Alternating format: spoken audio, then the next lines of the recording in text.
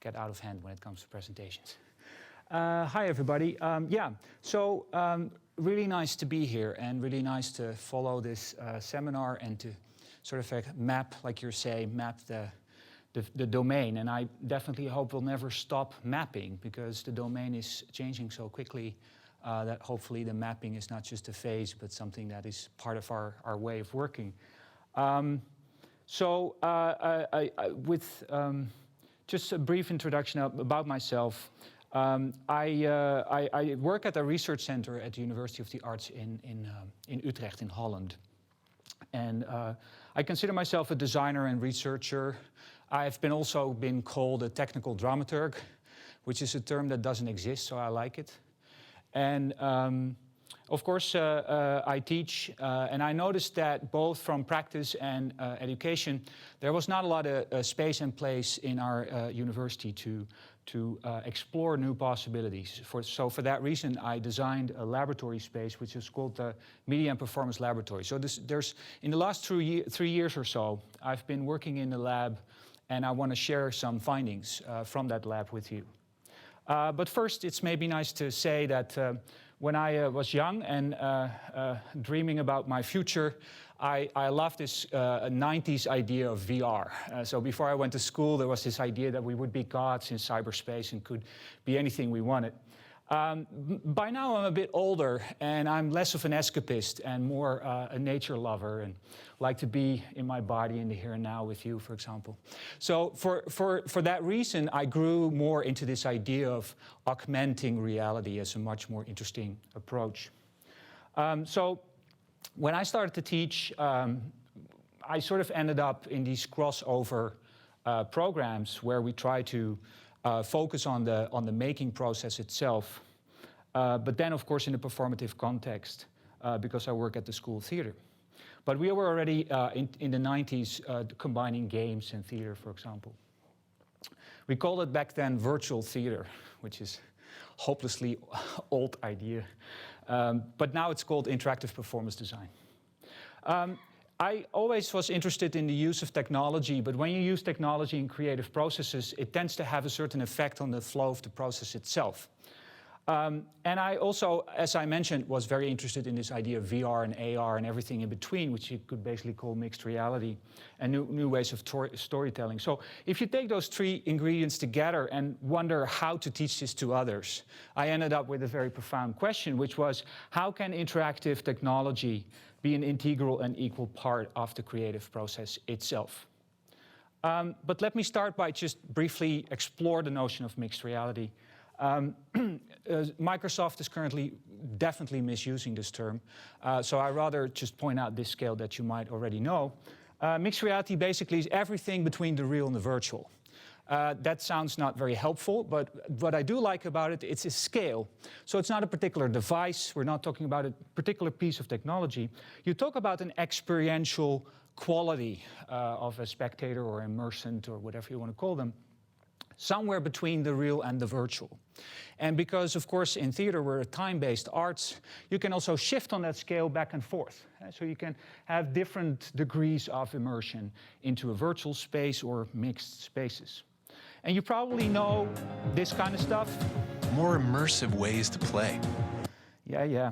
It's a commercial by Microsoft, of course. But you notice that they're now devising all these helmets that can somehow display perspectively or spatially correct images on top of the visual spectrum.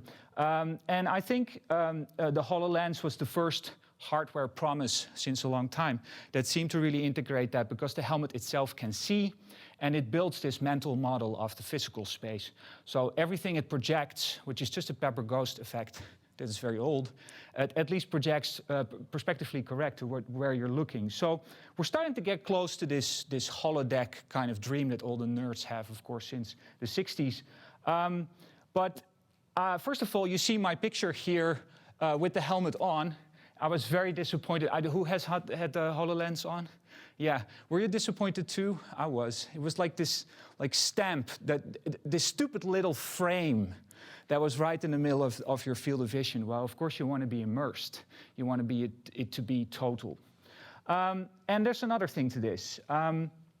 I think Keiichi Matsuda already in 2010 had a very interesting film made as a warning what happens if you use augmented reality and it is used by commercial advertising agencies. We end up in spaces like this. And I don't have, well, I always ask the question, do you think, what do you think? And most people are saying, oh, it's really cool. And I'm like, really? You want to live in this kind of world? I don't. So I would say that this is a very good warning for us, creative artists, theater makers, that I encourage at least my students and theater professionals in Holland to really dive in these spaces and start to make something meaningful. So it's not just about adding layers. Now, if we go back to the VR scale, so the immersive VR part, you probably know these kind of demos. Oh. Whoa, the fire is swallowing me up. And they're Holy shit. And there's so many of these videos where people do the demo for the first time and they film themselves, which I find very interesting.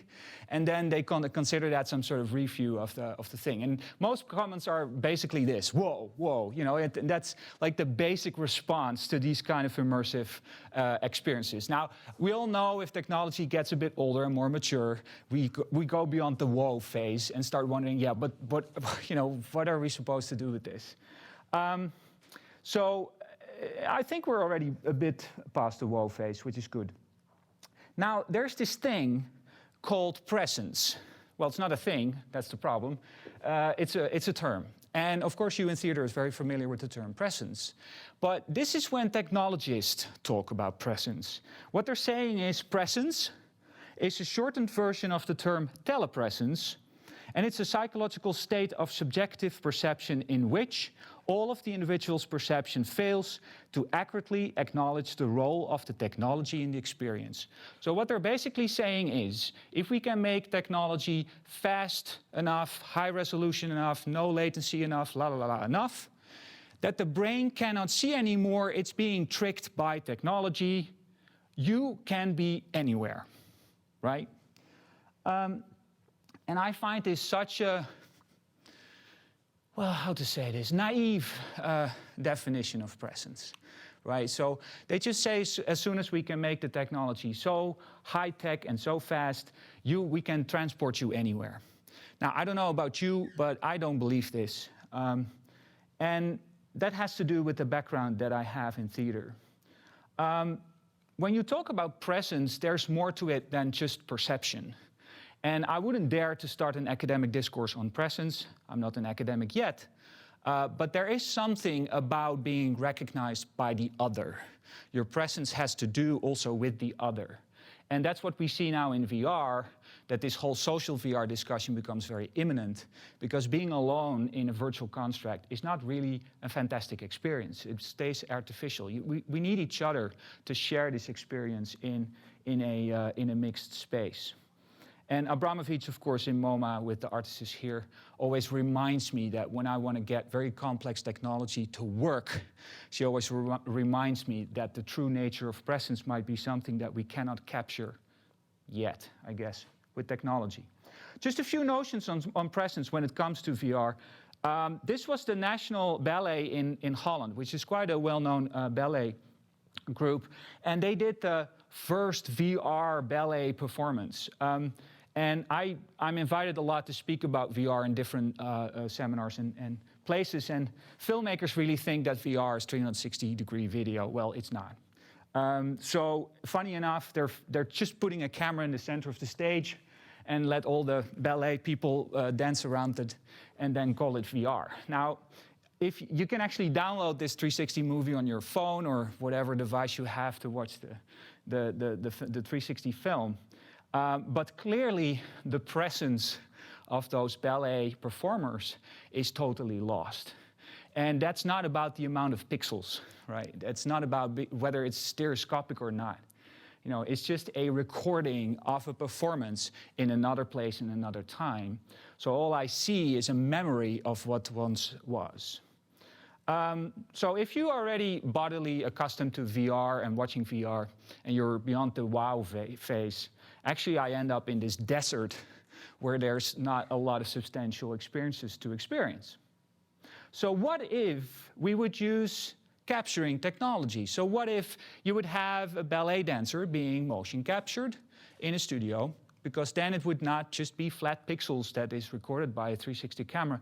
It would be the actual movement and the quality of the movement that we can capture.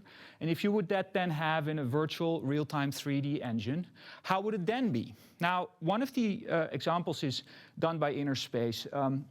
It's called La Péri. It's about the Firebird. And they use the mocap performances of these dancers inside of a HTC Vive demo. You can download it from Steam and do it yourself if you have a Vive. Now the thing was, you have these controllers and you can sort of make like light particles in that virtual space. So I felt very compelled to dance together with that character. But of course, the moment I was trying to do something with the particles to persuade her to move in a certain way, she would, of course, completely ignore me. And if I would stand in the way, she would just dance right through me. So again, we're in this, of course, it's a real-time playing engine, so it does respond to some aspects. But the dancer itself, of course, was a recording. So nothing solved there. So what then if we would make it live? We can finally have a live theatrical performance. So this is, for example, a very early attempt by guys at New York University. And they performed with 2 actors in a motion capture suit, and were streaming this mocap performance all over the world, and whoever would log in could sort of view that live performance. And what was really nice is that, you cannot see it here, but in this room and in some other rooms, there were people with Vives on, and they were in the same virtual space. Now, the idea about this particular performance was that they had this assumption that the quality of Shakespeare text has a subtext that would be sort of felt more strongly or understood better if you would experience it in a bodily way. So they took, for example, the scene with the ghost that has this eminent threat in the background. In between the text, you feel that it's about to really go wrong. It's on the edge of sanity, one could say. And it was sort of, on this balcony you have this precipice. So he's literally on the border of his sanity. So as a spectator, you could have the Vive, but you could actually walk around in that virtual space while the Ghost and Hamlet are doing their live performance. Now, of course, you probably already imagine what happens, because most people who logged in were like, I can walk around. Oh, that's interesting. Oh, what's there? What's happening there? So they completely ignored the actors in the virtual space, which is fine, but it's something to deal with, So we already this morning had a few conversations about what happens if you invite interactivity in your space. Well, you need to design it, you need to direct it, you need to, take it into account. Okay, and then this. Who has seen this demo already? It's called The Void. Nobody? No? Okay. Well, they started 2 years ago.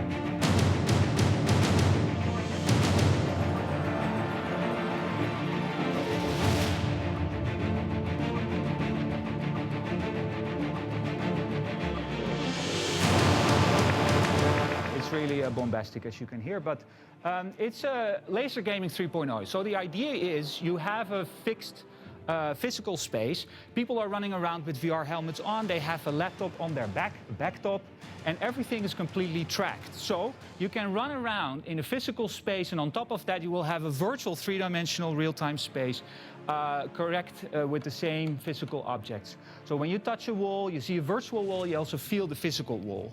But of course, you can map then in the helmet any kind of environment you want.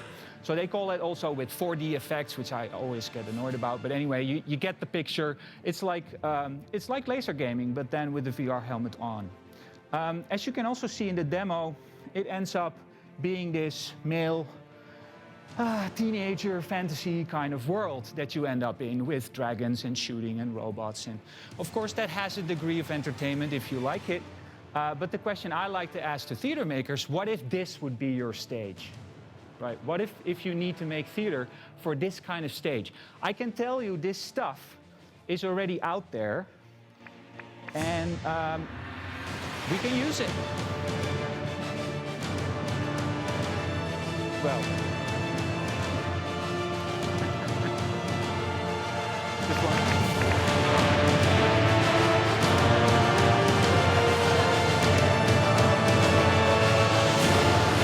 Well, you get the point. So, yeah, so if we want to move beyond entertainment, what is it we're going to do with this as people who try to make meaningful artistic experiences? The good news is it's already out there. You know, their stuff is proprietary. They build their own hardware and software. But if you do some custom stuff off the shelf and connect it together, you're actually quite fast in already building these things yourself. So we did it in our lab. We just connected with mocap some physical object to a virtual object. This is just stolen from Unity standard tutorial space. Somebody's inside VR in a physical space, looking at this space, and these things, of course, are synchronized. And there's somebody else in another space working the robot cranes through some sort of controller, and they have to work together. And so you have different perspectives on the same virtual and physical space, and negotiating those different perspectives in real time. Now, this is not clearly a theater piece. It was just a, proof of concept. So what if you would incorporate that? Hi. Hi. What if you would incorporate that in a more theatrical sense? Well, there's a lot of installations already being made using VR and physical theatrical space in some sort of interactive installation forms. This is a piece, for example, called Peep Show by VPRO Media Lab in Holland. And on a music festival, you could enter the space. You were welcomed by an actress. She was also the one that was filmed in the same space in some other time. And they just do this like Inception thing, like they put the helmet on, and then inside of the film they put the helmet on again, etc. And she's physically manipulating you. So synchronized with the movie, she's manipulating your physical body. And you know it's fake, you know it's not real, and at the same time your body is responding to all sorts of inputs, and you get nicely confused about what's what. And of course the whole film is also questioning about reality and who you are. So are you a camera or are you a body? Where are you? Things like that. So the physical and the virtual you can actually make performative by combining them in real time. Another thing is that, of course, if we have virtual spaces, we can connect them. Like this morning we saw with the video performance, streaming performance test and project. You could do that with mocap as well, which I know that Tampere has also done because I was part of the TNT workshop and saw it happening. But you can stream mocap data over the network and connect different spaces doing performative work. This is the thing I've seen in Vancouver. There's an acrobatic performance there that's being captured in one space, and you see her now. You saw her in this little pyramid that is tracked. You see in the screen, there he is, small performers. And then there were larger, like gods who would dance around with those artifacts. And then that was both two studios in Vancouver. There was another one in Montreal that did a dance performance as well that was then projected in some other pyramids. So it's like playing with scale and playing with places. These screens were tracked as well, so they became like slices through the virtual space, etc. Nice experimentation and interesting ways to work with these combined spaces. Oh yeah, and there was also the music was performed live. So we talk about multiple stages through this network technology. And another thing, of course, is that you will have multiple perspectives. So what you will get is multiple storylines. This is an interactive installation done by Pipslab, for example, a very nice, interesting theater inventor crew in Holland. And you're sitting, as you see, with 6 people, and you all have your own perspective on the same video recording. So the video recordings of 6 people in a train, and they're quite weird, and you look through the eyes of one of the 6. So you can actually do it 6 times and see the same scene from 6 perspectives. What is nice is that they have a bone-conducting microphone on your bone, on your skull. So you hear the thoughts of the one that you're looking through the eyes through. But nobody else hears that. You also have a speaker floating in front of your mouth, so you're speaking pre-recorded voices of those characters also in the physical space.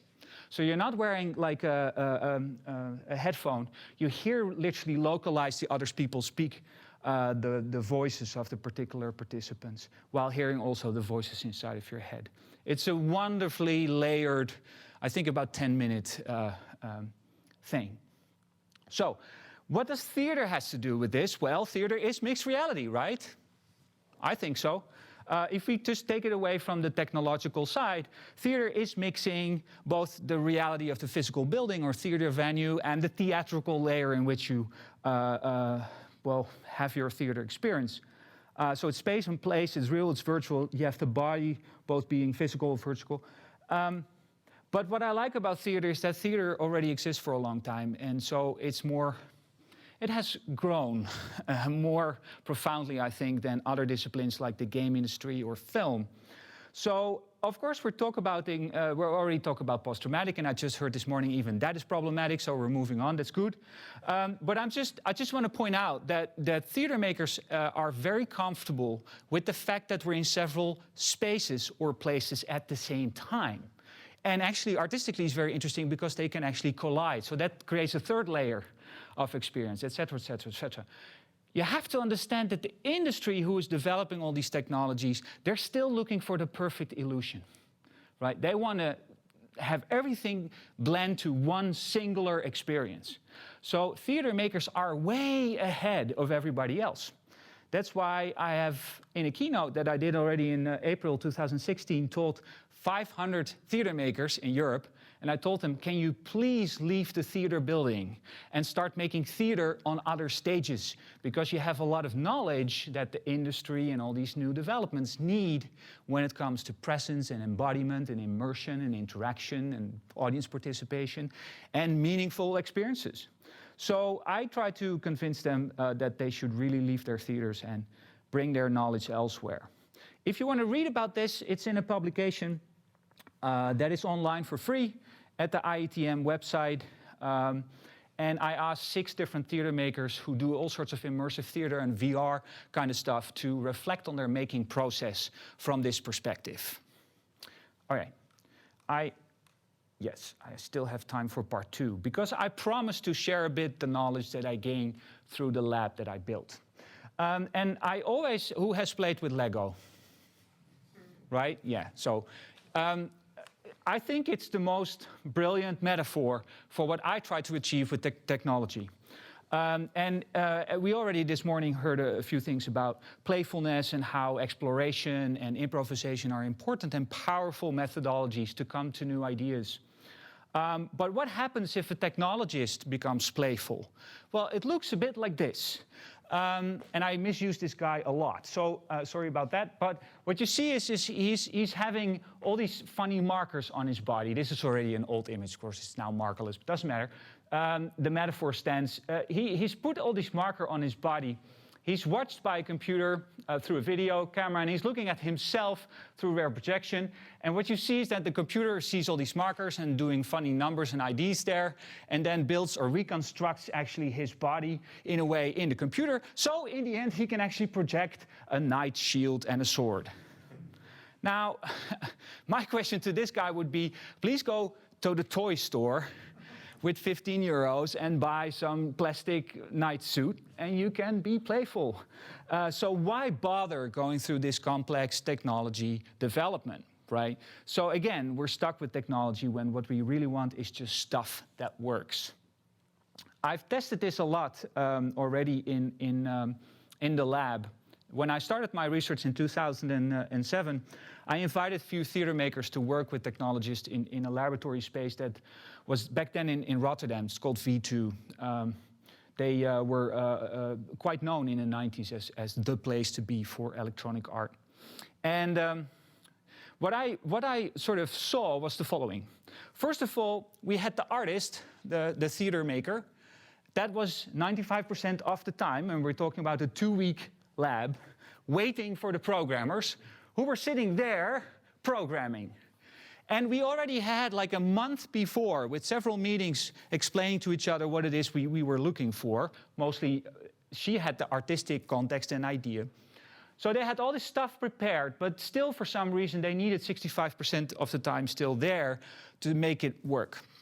Then if they would get up, she would get excited, like, yay, we're going to do something on stage. No, because they were first 30% of the time calibrating everything they just made. That basically means testing technology on performance, looking for effectiveness and stability, hence the definition of performances or performance according to technology. So in the end, the theater maker could use 5% of the effective time that we had together testing technology in performance, looking for its creative potential. And because she had 95% time to think about what she was doing, she already was like 20 steps further in her creative ideas. So the very first thing she would do is make some movement or try something out. And then the programmer's like, you cannot do that. Yeah, I just did. Yeah, but we didn't make it for that. Okay, so, and then they would go back to their table and start mumbling behind computers. So, of course, this is, I'm making it a bit black and white, but you probably recognize this process to a more or less degree. So how to solve this? Well, we need to make technology like Lego, right? It needs to be accessible and easy to use, multimedial and modular. It needs to be immediate and active, so you can test it real time, and it needs to be flexible and customizable. And then, of course, you need a process in which you can actually implement these ideas in real time on stage in a space. So you get this iterative design way of working, which is natural to theater makers and it's natural to the development of technology, but you need to synchronize these phases much better. So that resulted in the media lab that we run for 3 years.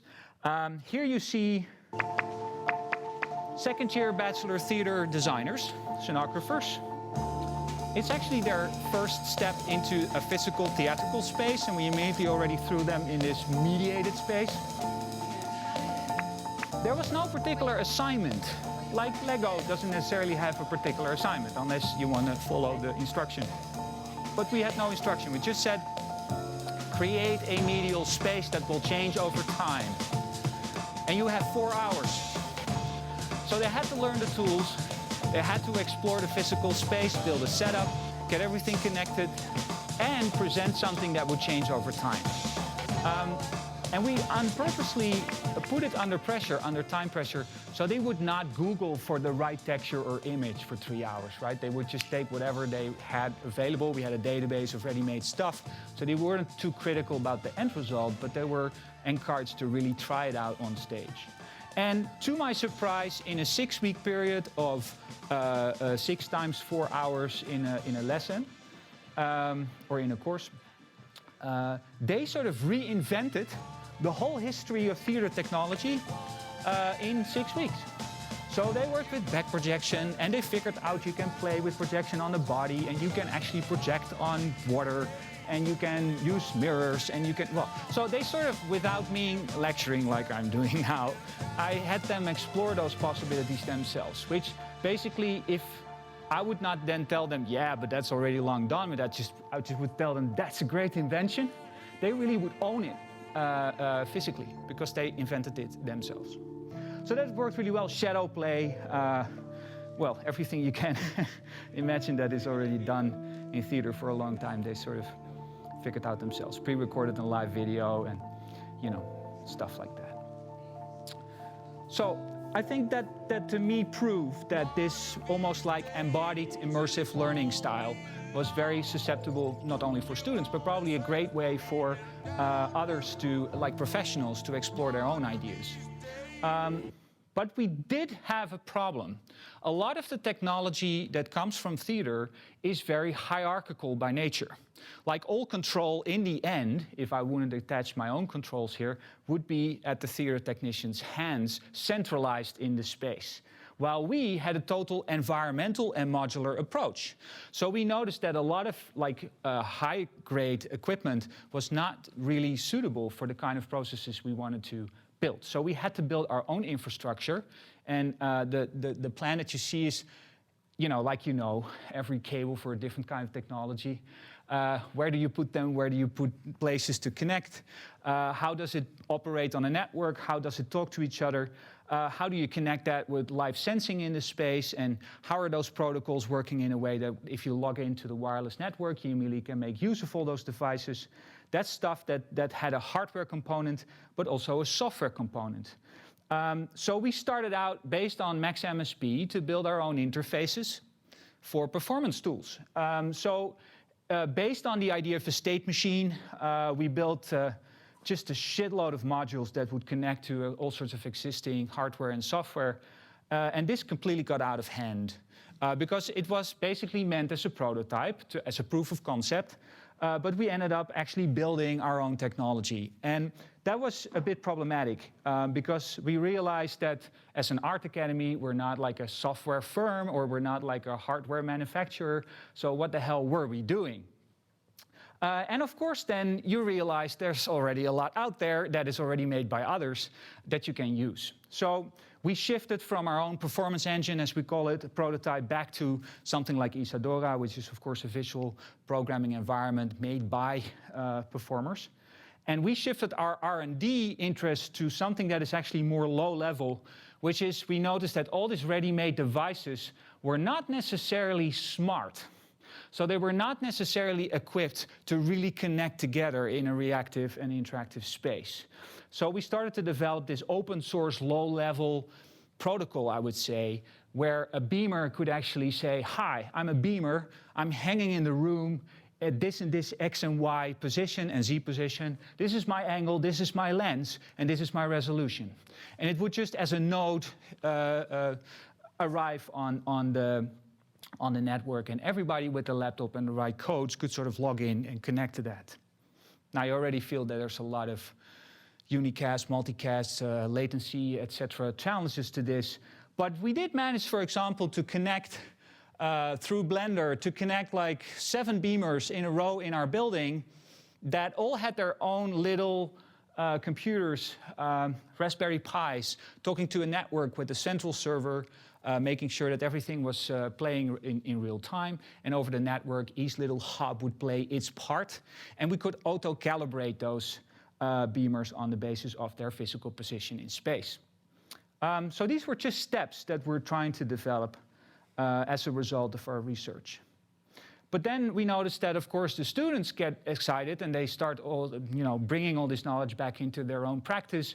And then we realized that the teachers were actually behind because they were getting all these questions about stuff they didn't know about. So we started also to do courses for teachers to explore what these kind of spaces would mean for their own pedagogy and their own curricula. Which was really nice because I gave them, we would close the door and we would not tell anybody what they were doing. So they felt safe to actually experiment and explore and make stupid mistakes and be like students again. And that was one of the things that the teachers always told me afterwards, like it was great that I could be a student again. So I kept that in mind. Then, of course, we worked also with professionals doing the same stuff, bringing in artistic ideas. I many times just told them, come in a very early stage of your project. So, for example, this is a project for Jeroen Bos year, where a theater maker wanted to create this virtual reality experience as part of a theater play about the paintings of Jeroen Bos. And she really felt that VR could give an interesting perspective on this demon or heaven and hell kind of theme. So I created this reactive space, and she came over for 5 days. She worked with the scenographer, a dramaturg, an actress. That's her with a helmet on. We had like real-time 3D graphics inside of the world. We could projection map that in the space. It was all synchronized. We could play what she would see or we would think she would see. So, endless layers that you could play with. Interestingly enough, she, after 5 days, was sort of... No, after 4 days. At the end of the day, she was pale and looked confused, and I said, what's wrong? And she said, well, I'm not so sure if I am the pioneer that I thought. Right? I'm not so sure if this is for me. She was very text-based theater maker. And so after her dramaturg came the 5th day, and she put her dramaturg then in the smack middle of the experience, and then she could take some distance, and there was some reflective moments that actually did deliver some answers to her questions. But she did in the end decide to not use VR for her production, right?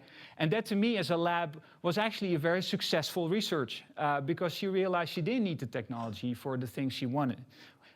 If you in Holland would ask for a project subsidy, which she was, of 300,000 euros to do a project with VR, and you get the money, you have to do it, right?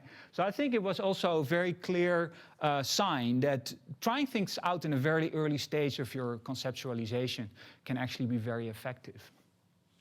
Now, and then I was also invited in Tampere to bring this workshop together with Teemu, who's here as well, to bring this workshop to Theatri Montu with a wonderful European group of students. So we sort of, I noticed that it's actually also an exportable way of working. And I think what is important to mention in this place is that we considered the theater technicians not as the supporting staff, but as part of the participants. So we talked a bit about co-creation this morning, and that's why I asked about the making process instead of the product. I'm very interested in this idea of interdisciplinary work, which means that theater technicians are not just serving the creative idea of somebody else, of course, but they should be right on stage. And they got nuts. I mean, they were like, really? Can I do something? Okay. And, and they were trying out a lot of stuff, which was really nice. Okay. Good. So I just want to share 3 scenarios for tech R&D that I notice in Holland. And I'm not sure if it's relevant here, but it might help to think about how you relate to technological development in relation to creative processes. The first one would be a strategy that we probably know in your profession as well, which is you build a custom application on the basis of a creative idea. For example, this was a VR opera I was a technical dramaturg for. And the basic idea was we have 60 audience members. 30 of them will get a VR helmet on. They're helped by 30 opera singers in the same round space. So people helping putting helmets on were also opera singers. And the rest of the audience was sitting on this circle looking at the other half. And then inside of the VR helmet, you see these abstract shapes, and they respond to your voice. And you hear the voice of the conductor saying, hi, we're going to do some experimentation, and why don't you make a sound first? And she really encourages you to make sound, and then you do ah, oh, ah, and you learn to go follow the graphics a bit and stuff like that. And the nice thing is that because you're in this bubble, in your own private bubble, it actually really encouraged people to make the most incredible sounds, which they normally, of course, never would do in front of an audience. And of course, all the helmets were synchronized, so you would get this like automated choir while they're all having their own individual experiences. And then halfway the opera performance, we take the audio off first, and there's suddenly this live opera singer next to you, exactly in tune with the piece. And then you take the helmet off, and you're in this live performance, and people is looking at you, and then you can shift position, and the other half is. And we noticed that this experiment worked really well, but the tools we designed for this performance were completely custom. So it can only do the stuff it does for this particular performance, which was a lot of R&D money going into something that was artistically successful, but not really sustainable, because it can only do this. So a second scenario would basically be to develop your own performance tools, like I just told you we did in our lab. Isadora is, for example, developed by a dance company who realized that the artistic director wanted to do something with interactive graphics already in the 90s, and there were no tools for that, so he built his own tool, which is called Isadora. And what I find interesting is that he's a small company with hardly any money, and he did this in his free time. And Isadora is already being developed now for 15 years or something like that, because he's constantly on his own with a small community of people trying to build this thing. So you can, of course, wonder, do I have enough people around me, enough money and equipment and knowledge to actually build my own tool, especially if you get a user group demanding certain services and stability. So a third step would be to, of course, collaborate. So like the mocap dance performance thing that they did was a collaboration with several technical and art universities, which I think is a very important way of working. Because the technical universities are, from an engineering point, of course, very interested in building super low latency, highly effective, stable, whatever device, while the art departments have crazy ideas how to use it in ways that they never designed it for.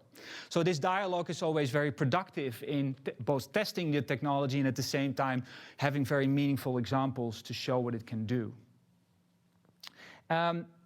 There's like an interesting question: what happens if the technology is leading or there's not a lot of communication between the art development and the technical development?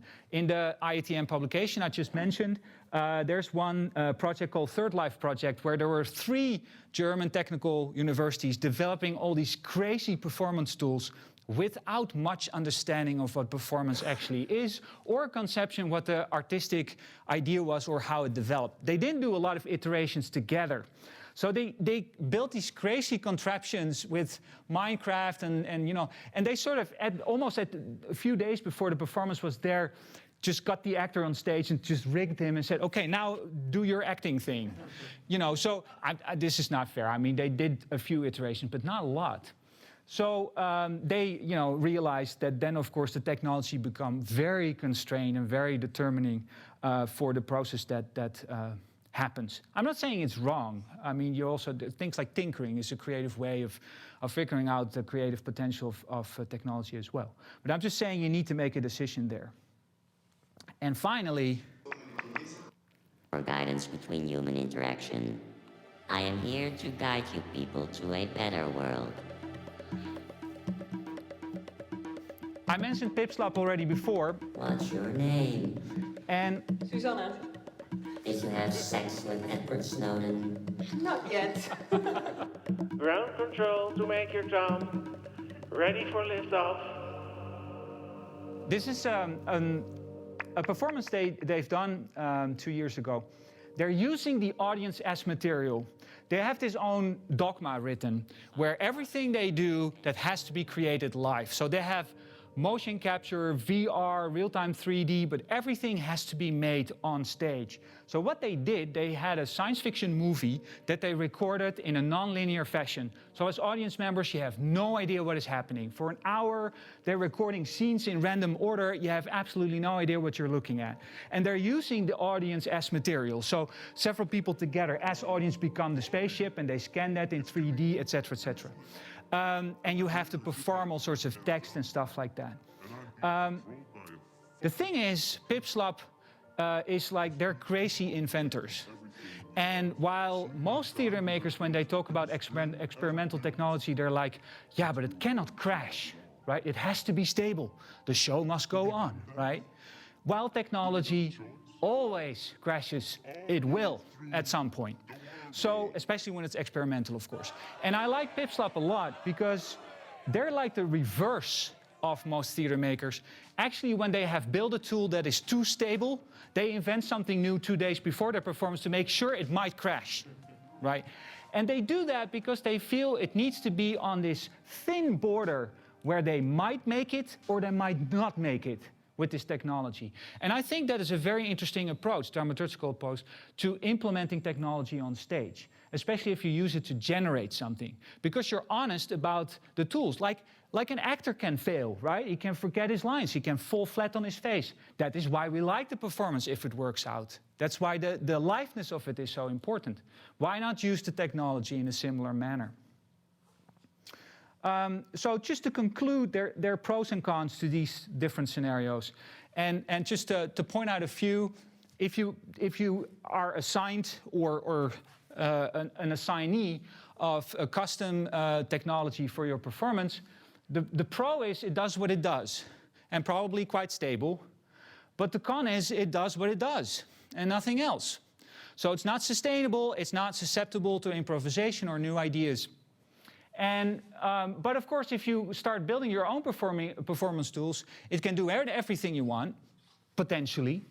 But of course, it's going to take a lot of time to develop, and it's not very stable. So you're coming close to this PipsLab mentality that you have to sort of take into account that it's not stable. And then, of course, if you work together with like serious technologists, it might become stable at some point, but it can not do anything you want, because then, of course, you're collaborating. So you have to also take into account all the agendas and ideas and fascinations of the partners you work with. So it depends a little bit on what kind of creative person you are. Good. There's a final thing I like to share with you, and then we can do some Q&A, which is I've been doing my research in practice, as you can see with all the examples. But I am now in a phase where the lab has stopped. It has been reintegrated as like studios in our education, and students do their own thing. And I decided now to apply for a PhD with the pretentious title, Creative Processes in Collaborative Mixed Reality Environments, and the subtitle, Stimulating Invention and Innovation Through Improvisation. So the next 5 years or so, I'd like to really become more articulate and bring my work into context, and hopefully still have practice as part of the research. So hopefully we can figure out some ways to work together.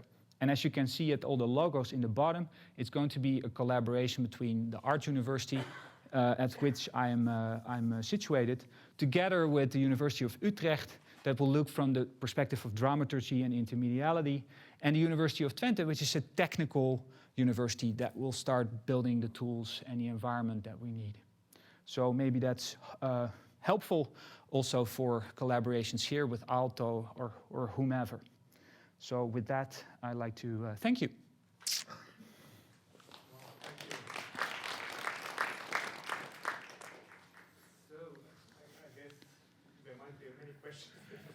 Lots of information, lots of interesting stuff, definitely. Thank you. Yeah, is there any questions?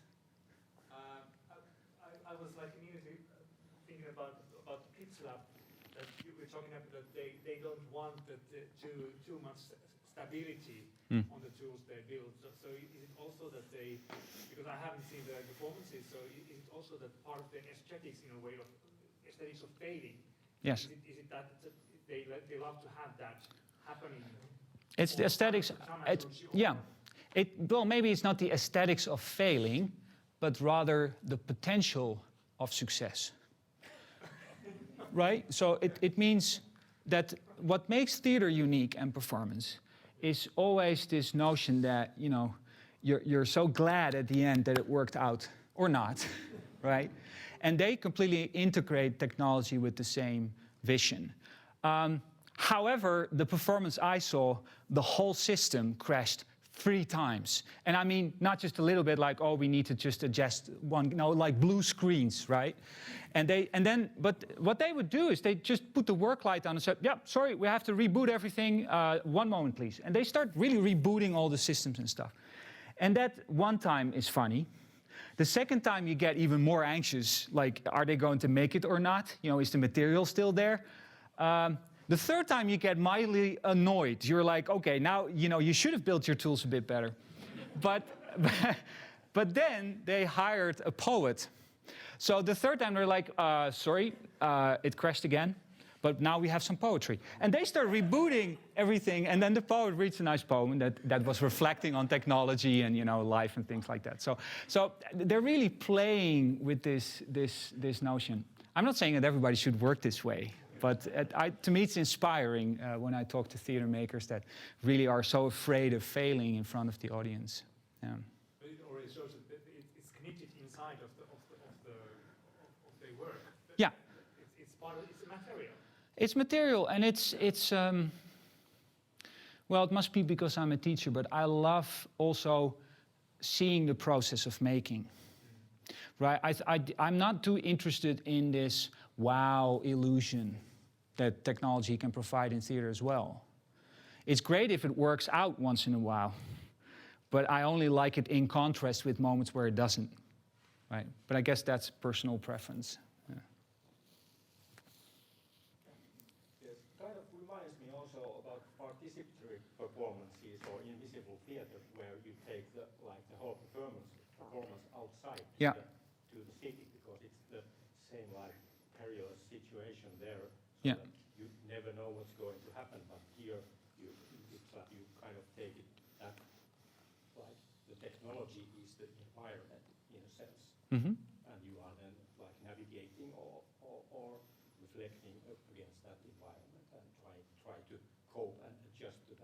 Yeah. Yeah, true. And of course, they choose a controlled space in that sense. Actually, in the publication, there's a wonderful piece by an Australian crew that are using the city as their stage, and they have this mobile app where people have to sort of be in this parallel universe solving certain problems. And she writes quite eloquently in how to direct such a undirectable public space, which I think is very interesting. Yeah. PVI Collective. What's your perspective on how can you make engineers and artists work together? Yeah. How long do we have? I'm going to take 5 years to research this, but no. So from experience, there's a lot of requirements before you can start. And on a personal level, the first requirement is that you're honestly interested in the process of the other, right? If not, please do your expert thing somewhere else. For collaboration, it's very important that you're interested in the other. And that is because you have to create a common language, and you have to become sensitive and sensible to where the other is in terms of time and development. So you need to create this in-between space. And you cannot do that by, as a director or technical dramaturg, say you have to now be interested. So I always select people, or try to, that have this basis openness to the other, and maybe even questions about things they feel they cannot answer within their own profession, and for that need the necessity for that collaboration to work. Another thing is that you need to really understand the phases in time. So for technologists to enter a space with performers without any preparation, just a few emails and some materials, is automatically ending up with the process I just shown. That the guys or girls, but they're just first starting to prepare all sorts of stuff, which takes a bit of time. And of course, actors and performers have to, they take time also, needing to know why and how and etc. But especially with dancing artists or dancing performers, they warm up for 10 minutes and they're ready. They're ready to go. So you need to know in the phases that when do they come together on stage and where do they need time for themselves to sort of take certain steps. And another thing is that you iterate as much as possible. So don't have long sessions with this whole agenda of all sorts of artistic questions, but do short iterations, especially in the beginning. And then we actually room the days before, just freaking out, trying everything. Because, of course, as you know, as a technologist, you connect something like, if this works, does that work too? And they sort of want to endlessly try to connect everything. And that's a phase you need them to have. But preferably not when the dancers are waiting, So you need to really design that process a bit so everybody can have their space from their own profession and the moments where they come together. And then the last part would be a non-invented discipline, which I now call technical dramaturg. So I now more and more end up in a role where I'm not the director per se, but I follow the creative process and I advise the director what would be, if he or she has a certain creative question, what would the next step be to actually explore that? Because I can find a language to explain to the engineers what it is they need to make, or preferably I ask them what is possible, so I make them responsible, right? And then suggest setups that they can, and then I need to know, like, how long does it take, and if they can do something within half an hour or something, you can say, what I can suggest is this and this setup to try it out. And then we take an hour and a half and then we decide, right? So you need this almost like negotiator without its own artistic agenda who can build that bridge in time. And I was invited in Yale, for example, at the dramaturgy department to actually talk about this, which I thought was interesting because I'm a nitwit when it comes to the academic side of dramaturgy. But they were very interested in that because they felt as dramaturgs they're more and more on the sideline of the process, and they were very interested to be in the smack middle of the process again. But then you need to know a bit more about technology, of course.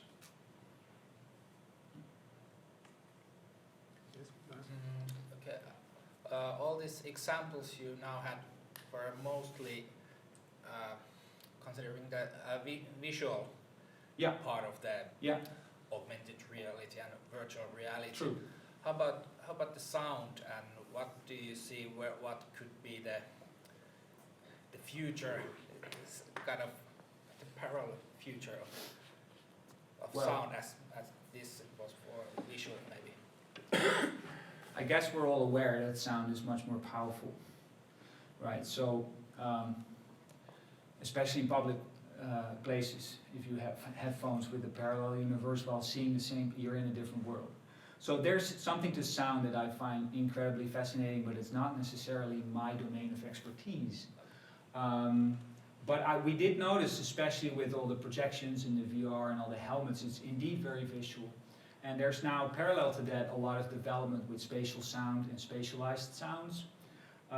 So, you know, when it comes to directing these experiences in time, I more and more invite people I work with to also have moments where you don't see anything, you know. So, and of course, sound can do something that with visuals is much harder, which has to do with suggestion, and it also has to do with the flexibility of space. Because of course, I can, in a helmet, project a gigantic space, but as soon as I start walking, you know, you end up against limitations. And sound can really project you in very interesting ways through a space. And yeah, I've been at setups where they can really do, through this wave synthesis speaker systems, pinpoint sounds in space. They can literally put a sound here. And that I think is going to evolve much faster than we think. I'm not so sure.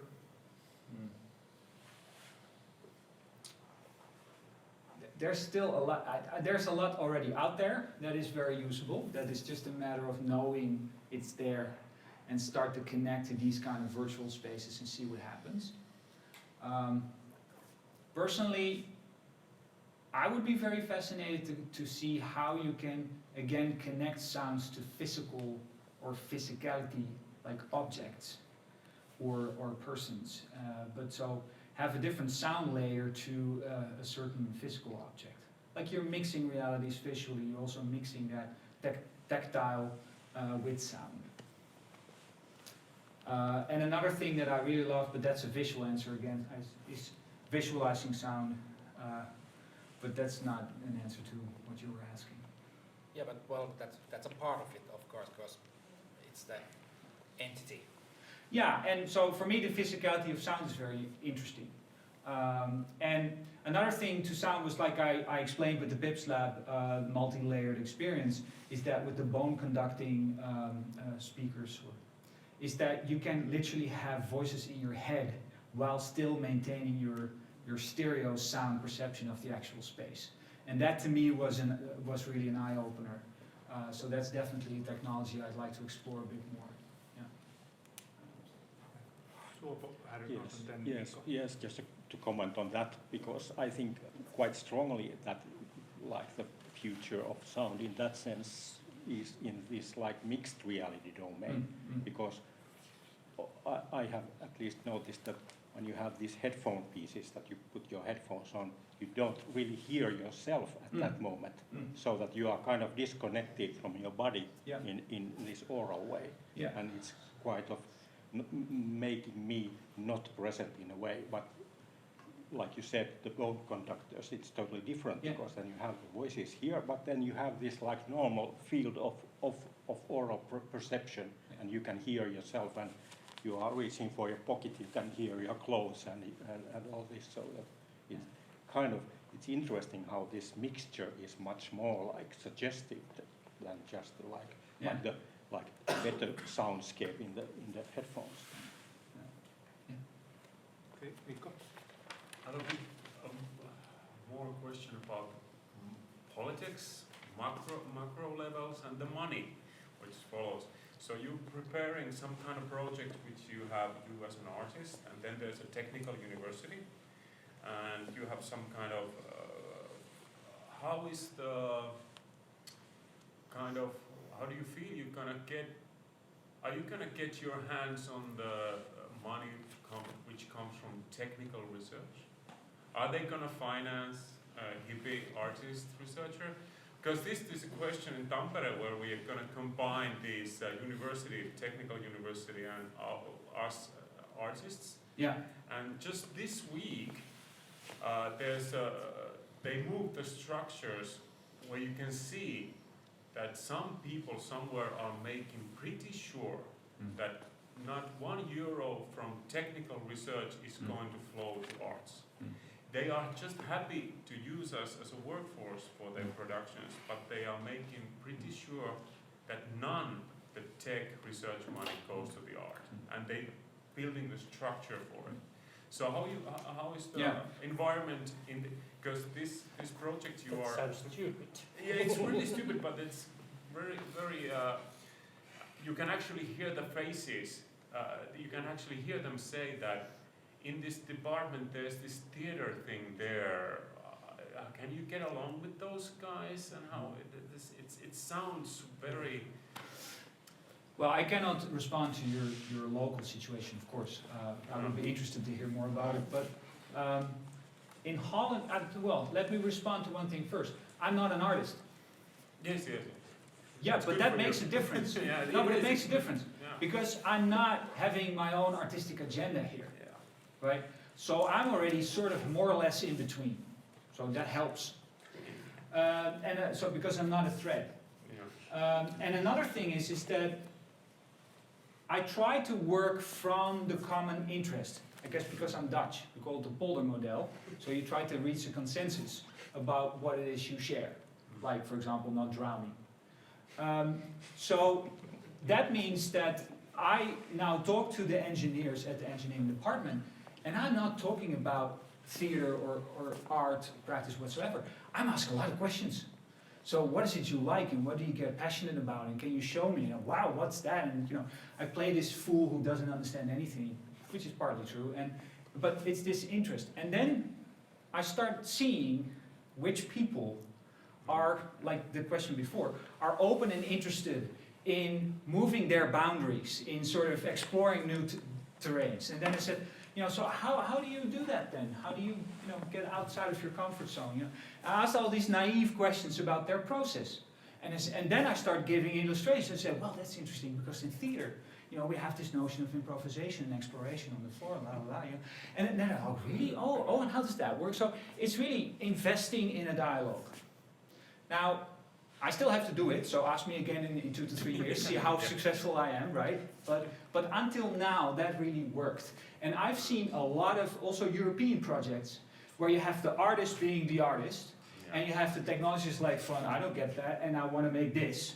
And then there's somebody else who's responsible for the money, writing a plan that sounds great, but there's no design for actually having those people getting interested in each other and starting a dialogue. So, yeah, I don't know if that answers your question, especially not here in a local situation, but that's what I try to do. Yeah. And I think that is one of the reasons why I have 3 universities. One being the art department, the art university. But I also have the University of Utrecht, where I start from this idea of theory and methodology in both creative making processes, intermediality, and the role and language of dramaturgy as maybe an umbrella language to start each other's process a bit more.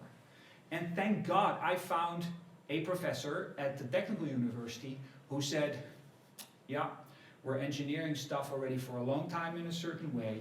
All the tools that we use are designed for predefined problem-solving strategies.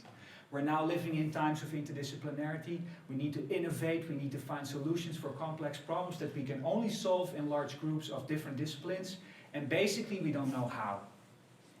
And then I said, well, in art, we might know something about working together, But I have to then also tell the artist, stop being having this big ego, And stop, no, you're not the main point of interest here, right? We're going to collaborate with a common goal. So definitely not everybody's suited for this kind of collaborations.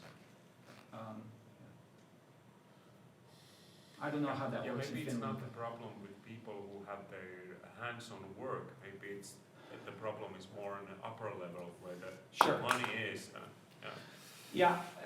So try to find people as high up as possible who Yeah. do get it. And there's a lot of professors who are responsible for money, who are managing already such a long time the status quo, who get at a certain age where they feel they still want to make a difference before they retire. Those are the guys I talk to.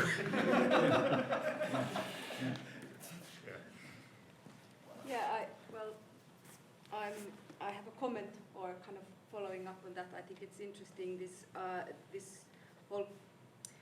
whole sort of manifestation of how money and the logic of commerce determines what is developed further in technical terms.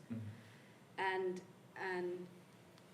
I don't know, I'm kind of like asking myself a lot of these questions of what is the role of art or artists? What is the sort of like, I mean, there's also the content, the questions of content, because when you think about, especially like if you think about the virtual world, it's a lot about, you know, military, sex and killing.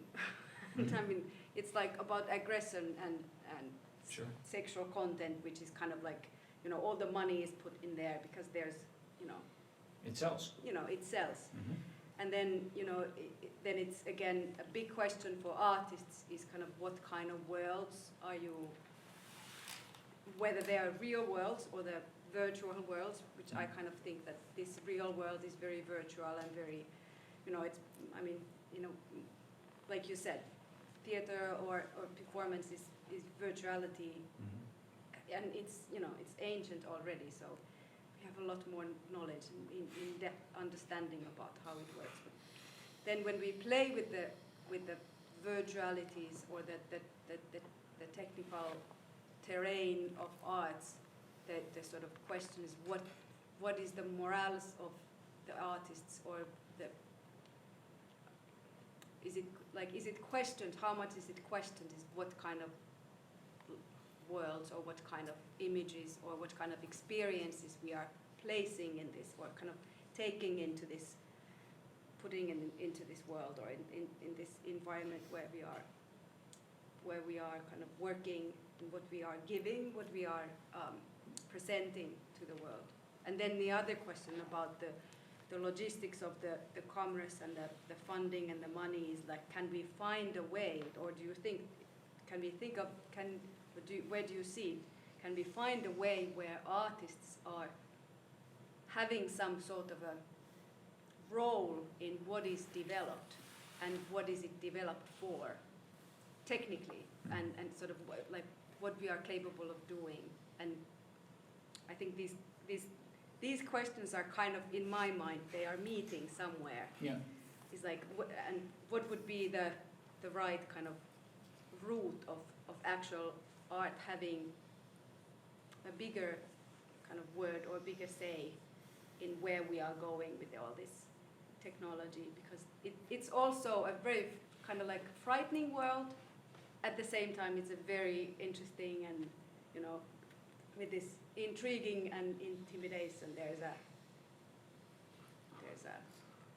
there's many possibilities of paths.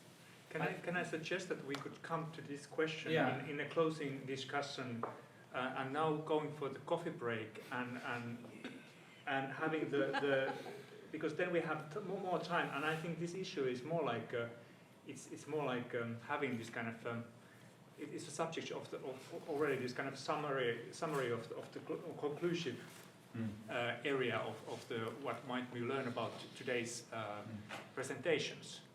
I think one thing, if I may just respond very quickly, it has to come from both sides. I think that's important to mention. So you should not only say what I as an artist have to, etc., but what is it we can do together? That is an important question to ask. The technology is getting cheaper and cheaper by the day, so things are getting more accessible. It's less exclusive. So there's a lot you can already do in the safety of your art space in terms of radical experimentation and freedom, and take aspects of that to a more applied context, like technical research or entertainment industry, places where there's a lot of money and a lot of acceleration, bringing it to larger stages and more audiences, that might not be artistically as interesting, but can also be a vehicle. So to me, it feels like you should have a multiple strategic approach to this, right? There's not a single answer to that. Right. So, yes, thank you, Joris. My pleasure. Thank you. Yeah.